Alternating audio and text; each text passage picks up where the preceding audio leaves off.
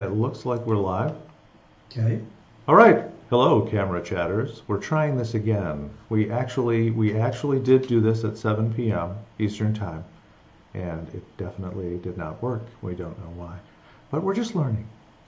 Anyway, I'm Jim Selleck, and I'm here with my erstwhile companion in conversation, which is the exact same words I said before, Yeah. Thomas Nicewander. And we are going to now show you the splash screen. Normally we would tell you what we're going to talk about today, but that's all totally out the window now. We threw away the script before, now we're throwing away the non-script. And now we're like nondescript. Oh, that was pretty good. Yeah. So now this is where we do our theme song. Oh, we get another crack at the theme song. Camera Chat. It's the greatest streaming show In the world. ever. Okay. By far. Okay. Well, I think we went a little bit too far there, but we can sample that, and we will stay tuned. In place of the static graphic, we'll have this really cool animation. And you're going to love it. You're just going to love it. That's why you have to come back. Not for us, not to listen to us natter on Just about. to see the animation. Yeah, that's right. It'll be done with Sharpies, not crayons. Sharpies indeed. So Tom, you're on now, Hey, yeah. and hopefully somebody is watching. Well, I hope if you are, let us know. I'm trying to get it right here. I did see a feed for a second. I'm not seeing anything right now. Why? I don't know. But anyhow, I hope you're out there. If you are out there, you can actually go to my Facebook page if you want. Not just can just go to and see if you can say, hey guys. So what we talked about earlier was, do I need a new camera, right? And we discussed, have I outgrown my old camera? Do I want to spend money on the new camera? Do I have money to spend? Do I just like to spend money on equipment? Which, we talked about gear acquisition syndrome, which is gas. I want the newest, and that's makes sense. I'm pretty sure it was a different acronym the last time you said it. I think it is gas. Gear acquisition. If I'm wrong, you can feel free to correct me. Yeah. And I know you will. Okay. But yeah, we just talked about, is my older Nikon good enough, or my older Canon, or my older Olympus, and does it still do the job? I guess we talked about that, right? We talked about maybe instead of getting a new camera, get better glass. Someone's coming in and out, that's why it's kind of something shiny. Wait, squirrel. So yeah, He's not distractible, really. Yeah, right. So anyhow, yeah, Jim. Questions for me, maybe or not. I know. This is like second round, so I'm trying to freshen it up. But you never saw the first one, so you wouldn't know the This difference. went so well at 7 p.m. so It was smooth. like clockwork. It was probably the best show that has ever been produced, and Ever. ever. In the world. Ever. Like the song goes. Yeah. We'll come up with a better theme song too, with maybe a little jingle in there. The little jingle. Yeah, we might play some guitar. Tom, you play guitar, don't you? Used to. That's the very off the wall question, isn't it? Yeah. Well, I used to play. Yeah, no, did all right. Okay. Now it'd be like, whatever. I can play the triangle. How about that? The triangle. Yeah. Or maybe more cowbell. Yeah. More cowbell. I'm not going to go with that.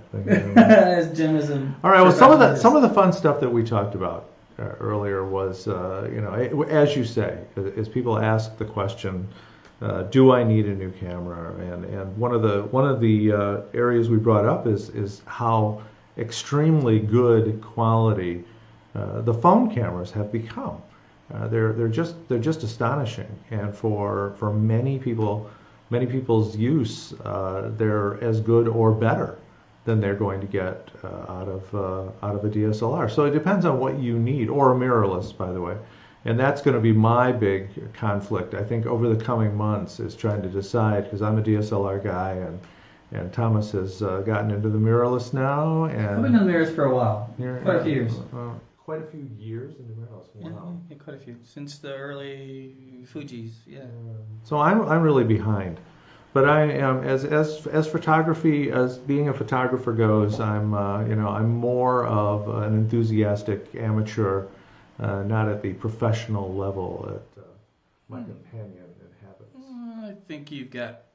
I would say you're not professional level, because we're two different boats, if you want to call it. You know what I mean? You do one thing, I do the other. I don't know anything about the video thing or the movie thing and all that. So we're both, equal. I don't think is there really a professional level, What makes you professional? We'll talk about that. We can talk about that now. No, that is a good point. What is the difference between an amateur and professional? Amateur and professional in photography.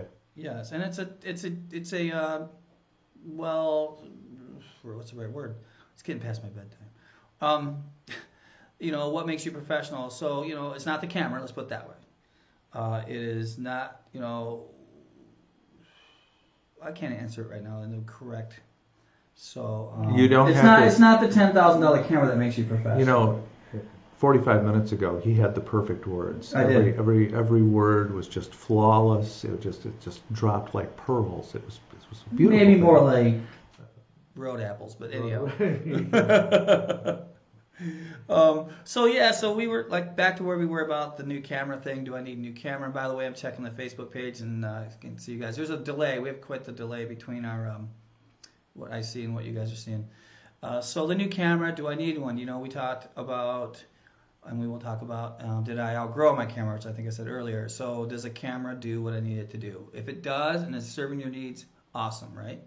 So if you want to invest in something new, maybe newer lenses, or maybe a wide-angle lens, or maybe a fisheye lens, or a telephoto. It depends on what you like to take pictures of. If I'm taking pictures of birds and wildlife, I might want a nice telephoto lens.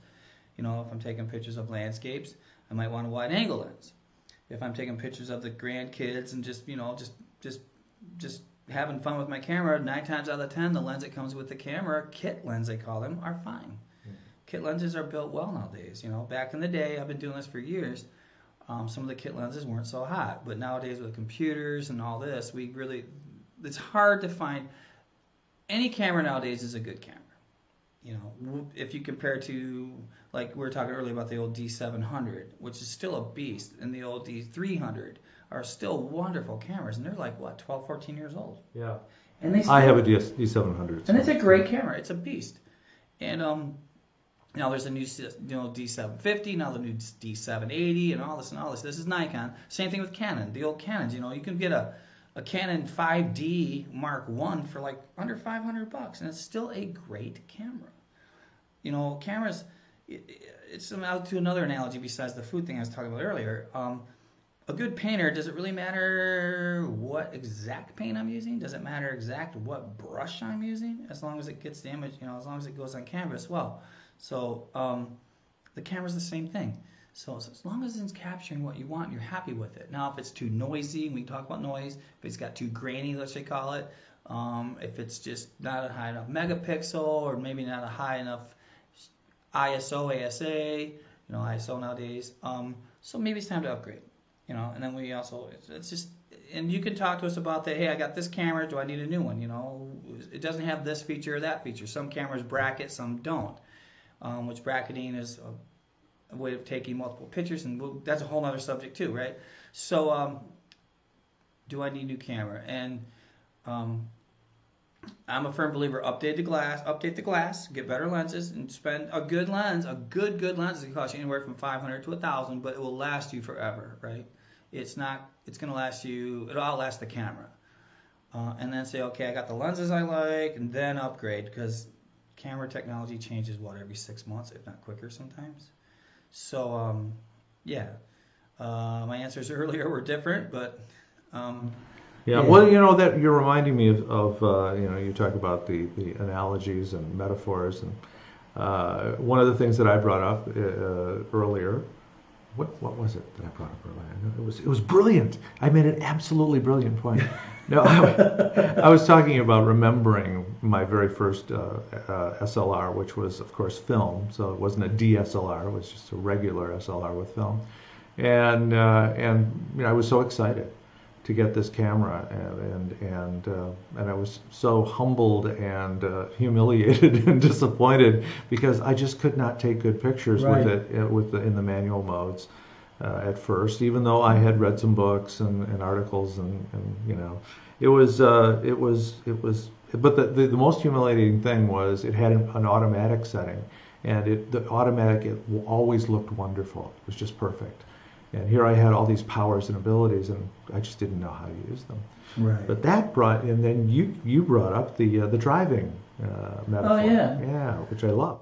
Yeah, so what I was talking about earlier is like, you know, when I learned how to drive a car, and I was taking driver's ed back in the mid 70s, you know, I learned on an automatic. You know, they didn't put me in a stick; they put me in automatic, and that's kind of the same thing with cameras. You know, start in auto, learn the camera, understand the camera, and then kind of move forward from there. Right? Learn how to shift the gears. Learn why I want this and that, and so don't be afraid. Some of my best picture I've ever so far, the one famous picture, you're gonna call it whatever, that I've shot was shot in full auto on a pocket camera, you know, in JPEG, and that picture has gone viral literally over the last few years, big time, and not one person that's asked me what camera I use, not one person out of hundreds and hundreds of thousands of people, not one asked me what camera, what were your settings, no one.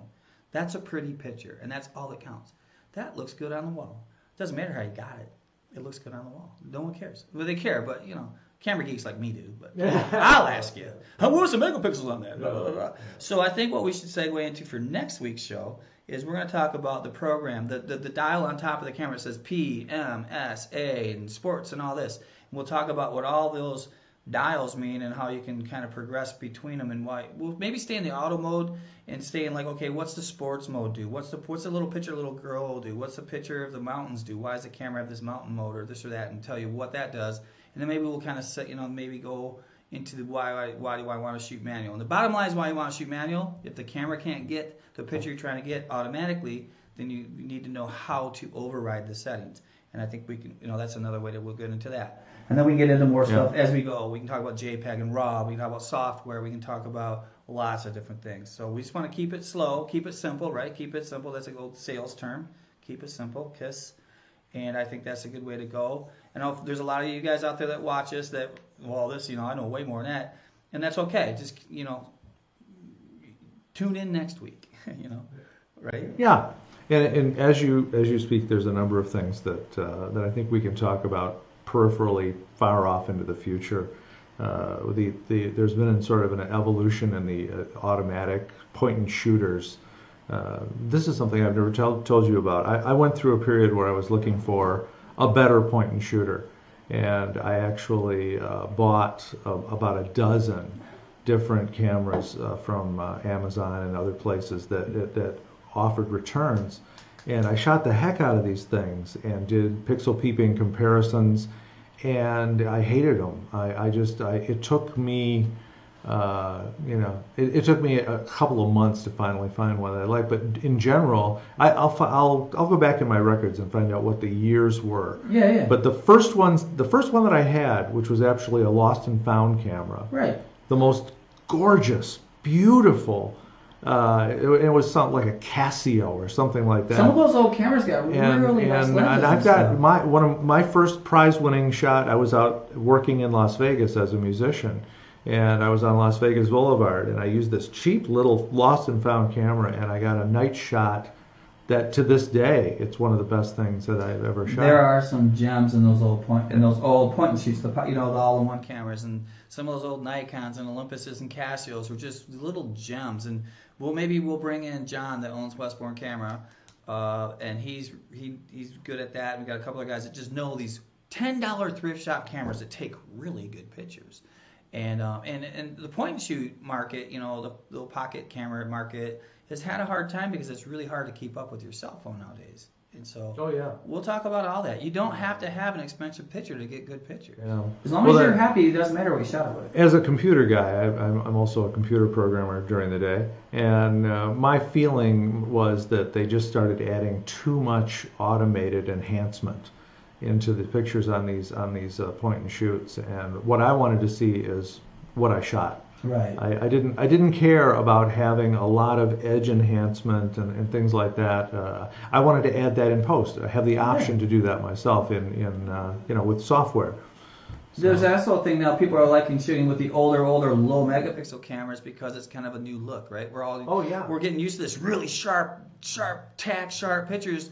And there's art in this old camera stuff, and then in the software and what you use, and it's just photography's supposed to be fun, right? Mm-hmm. and that's what it's all about. Have fun. Don't get all upset because your equipment's not doing this. And we're not here to sell any brand of camera. We're not talking to you that we're, Nikon, Canon, Olympus, Fuji, whatever. It doesn't matter, because what Jim and I are passionate about is having fun and having good pictures and sharing that with you, right? That was great. Yeah. That was great. Yes. We're gonna use that as a promo, because that's absolutely what we're. Yeah, what we don't care what about. you shot with. We just want you to go. When I used to live in Hawaii and where not, and people go on vacation and they're out there for a couple, 3 weeks. They buy a new camera. They don't understand how to use it, and they come home and they don't have. They're like, oh man, my pictures aren't what I wanted. So I feel as a photographer, my job as a workshop instructor is when you walk away and you're going to come home with something you're happy with. And we used to call, you're going to come home with a wall hanger, something you want to hang on the wall, and you're happy that you went on that trip, right? So we're going to help you with camera chat. We're going to help you with what the new technology is. Do I need this? Do I want that? What does this mean? What does that mean? And so that's what we're about. We're here to help you become a better and a more confident and just a happy camper photographer. And have more fun. And have more fun. And It's about fun. yeah. Photography shouldn't be spelled with a P. It should be with an F. Funtography. Okay, it's too bad. That's the downside to live streaming. We can't take that back. I'm sorry. It's out there. It's permanent now. Yeah, it's there. cast in stone, It's there forever. and it's gonna go in my tombstone or something. All right. So I think we can call this slightly abbreviated session a Actually, we're at about success. 20 minutes It's a close. That's fantastic. Now, the one thing we forgot to do is our acknowledgments and our thank yous. Yes. We wanted to. So why don't you take it away, Tom? So I want to thank John with Westbourne Camera for the use of the conference room. And this is also our meeting space for our workshops and classes and whatnot. We have the conference room for classroom. We're going to add some more classroom. We are going to add, we do have a dark room. We're going to upgrade it so you can come in and learn film photography if you want to take some classes with us. We have cameras you can borrow. We also have a store in Dearborn. This is next to the old Adres, we have a lot of really gently used cameras that are cheap. You don't always have to buy new either. Used is a good way to go. If you need help with that, we can help you with what to shop for. But yeah, thank you, John. We will be doing down the road as we get all our glitches figured out. We'll be doing some live feeds from locations and stuff too, right? Yeah. Yes, we I'm will. looking forward to that. And we're the software that we're using to produce the show.